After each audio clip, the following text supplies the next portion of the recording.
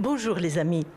Europa Expo nous propose, dans cet immense espace de Liège-Guillemins, un voyage immersif pour découvrir cet immense génie de la Renaissance italienne. Il s'agit bien sûr de Léonard de Vinci.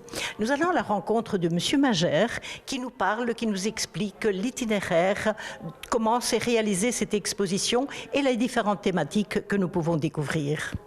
Monsieur Magère, bonjour. Bonjour. Alors vous êtes le commissaire général de l'expo Europa Expo, ici pour cette expo à Liège-Guillemins.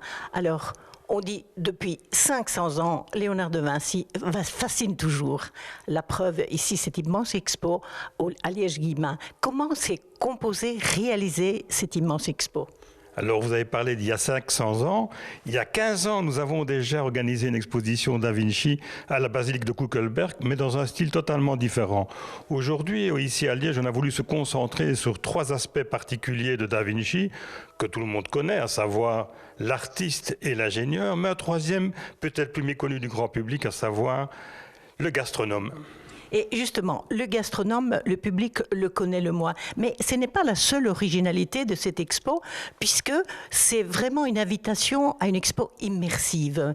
Comment est-ce que vous avez conçu justement cet aspect-là ? Ça, c'est un peu le secret d'Europa Expo. Comme vous le savez, nous avons vraiment privilégié cette approche des expositions thématiques sous la forme de l'immersion, parce que nous voulons vraiment que le visiteur perçoivent, ressentent des émotions. Et donc pour ça, nous avons imaginé que le visiteur pouvait traverser, passer au travers du char qui avait été dessiné par Da Vinci, mais aussi découvrir la cuisine idéale, la salle à manger, les espaces où effectivement on a créé la cuisine italienne de début. Il y aurait même des recettes de cuisine. Alors Da Vinci, il a tout fait, parce que non seulement il a écrit des recettes d'apéritifs, de plats, mais il a également écrit un manuel de savoir-vivre, parce qu'à l'époque, on découvrait les fourchettes, donc il ne fallait pas se blesser. Et donc, au-delà des recettes et de ce qu'il a imaginé par rapport à comment cuisiner, cette façon de vivre qui était nouvelle était aussi importante. Et c'est vrai que c'est une découverte parce que le public connaît moins cet aspect-là de Léonard de Vinci. Alors, pour visiter cette expo, est-ce qu'il y a une orientation, une partie chronologique ou bien est-ce que c'est plutôt thématique ? Nous n'avons pas privilégié la chronologie parce que ça peut être un peu lassant et donc nous invitons le visiteur à faire un voyage. C'est d'ailleurs pour ça que l'audioguide raconte une histoire, puisqu'on ne peut pas tout montrer. L'histoire va compléter ce qui est visible pour le visiteur et donc effectivement au travers de thèmes différents, il va pouvoir se plonger dans tout ce qui était la Renaissance, qui est quand même une époque fascinante et où Da Vinci a joué un rôle important. Alors bien sûr, il y a d'abord l'artiste et lorsqu'on entre dans l'expo, on découvre une Mona Lisa un petit peu particulière. Alors c'est clair que tout le monde sait bien qu'on ne peut pas avoir des œuvres de Da Vinci, en tout cas des peintures. Il n'en a fait qu'une vingtaine ici à Liège. Elles sont la plupart dans des coffres bien protégés. Et donc c'était un petit clin d'œil pour dire au public qu'on ne voulait pas les berner ou les tromper. Toutes les œuvres de Da Vinci en peinture ont été présentées dans des formats différents et Mona Lisa a été vraiment présentée, elle, dans tous ses états. Il faut dire qu'elle n'est pas toujours ménagée non plus. On voit ce qui s'est passé au Louvre récemment. Et donc, c'était un clin d'œil que je crois que le public a bien compris. Alors, nous assistons aussi, par vidéo bien sûr, à la vente de ce fameux Salvador Mundi qui s'élève à... 450 millions de dollars. C'est l'œuvre... qui a été vendue aux enchères la plus chère au monde, tout à fait. Voilà. Et ça s'est vendu où ? À New York, dans une salle de vente. Et c'est la raison pour laquelle on a montré les images de cette fameuse vente et qui démontre aussi évidemment que Da Vinci n'était pas n'importe qui.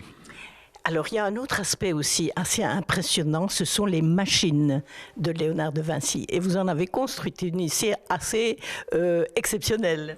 Il faut dire que Da Vinci, d'ailleurs, dans son CV, mettait d'abord en valeur ses qualités d'ingénieur. Et donc, les machines qu'il a dessinées, qu'il a inventées, il y en a plus d'une quarantaine ici dans l'exposition, dont une qu'on a même mis en grandeur nature, puisque le public peut la traverser. Effectivement, ces machines sont d'ordre totalement différent, parce que c'est à la fois l'art militaire. Da Vinci a créé le tank, a créé des moyens de protection des remparts, etc. Mais c'est aussi beaucoup d'œuvres, de machines qui concernent le génie civil, avec des ponts de différentes sortes. Et donc il a touché à tout. Ce qui est intéressant aussi dans cette expo, c'est que c'est une œuvre immersive, mais aussi très amusante, et pour les enfants et pour les adultes. On peut s'intéresser à Da Vinci, c'est d'une façon intergénérationnelle. C'est vraiment le but, et donc on l'a ici éprouvé pendant les vacances scolaires, où effectivement on a eu beaucoup de visites en famille, parents, enfants, mais aussi grands-parents et petits-enfants. Et cette façon de découvrir l'exposition en famille permet beaucoup d'échanges, et c'est un des objectifs aussi que nous poursuivons. Il y a déjà maintenant 15 jours, si je ne me trompe, que l'expo est ouverte. Est-ce que vous avez déjà eu des retours ? Alors, on a des retours précis, puisqu'on a déjà dépassé les 10 000 visiteurs sur 15 jours. Mais par rapport au sentiment du public, globalement, nous avons vraiment beaucoup de satisfaction. Le premier jour, j'étais ici pour accueillir les premiers visiteurs. Il y avait notamment des jeunes Français qui m'ont dit « On croyait tout savoir sur Da Vinci, mais on doit bien avouer qu'on a quand même appris quelque chose dans votre exposition. » C'était la réponse qu'il fallait entendre, évidemment. Eh bien, on peut inviter le public à venir découvrir cette belle expo qui dure jusque quand, monsieur ?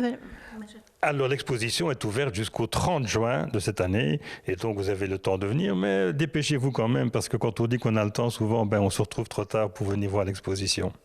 Dans cette belle expo, nous découvrons bien sûr l'artiste, nous découvrons l'ingénieur avec des machines grandeur nature, mais nous découvrons également à côté de cet immense génie que le public connaît moins bien, c'est le passionné de gastronomie. Nous découvrons des recettes et nous avons ici une reconstitution d'une cuisine à l'époque de la Renaissance.